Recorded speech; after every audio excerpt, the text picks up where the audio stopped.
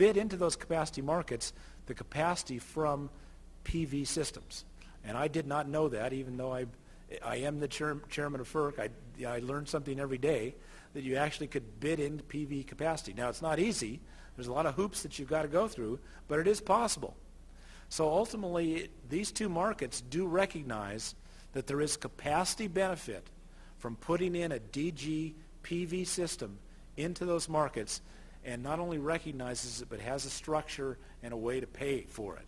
And that would be, outside of any net metering or outside of any other, payments that would be made by the state or federal government.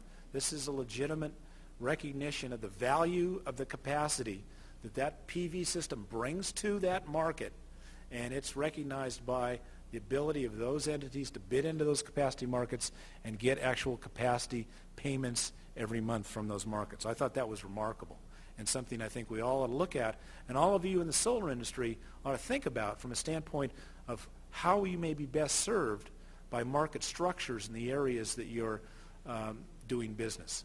Because I believe the more complete market structures that we put in place throughout this country, the more efficient we're going to be, and the better we're going to be able to integrate in things like distributed solar PV and other resources and recognize the value of those. And let me show you something else here that to me is even more remarkable than the last slide.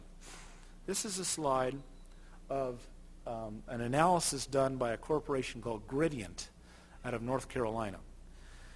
And what they've done here is they're analyzing a local distribution system, and I believe this is in North Carolina, although this software, which is a nonlinear load flow analysis software,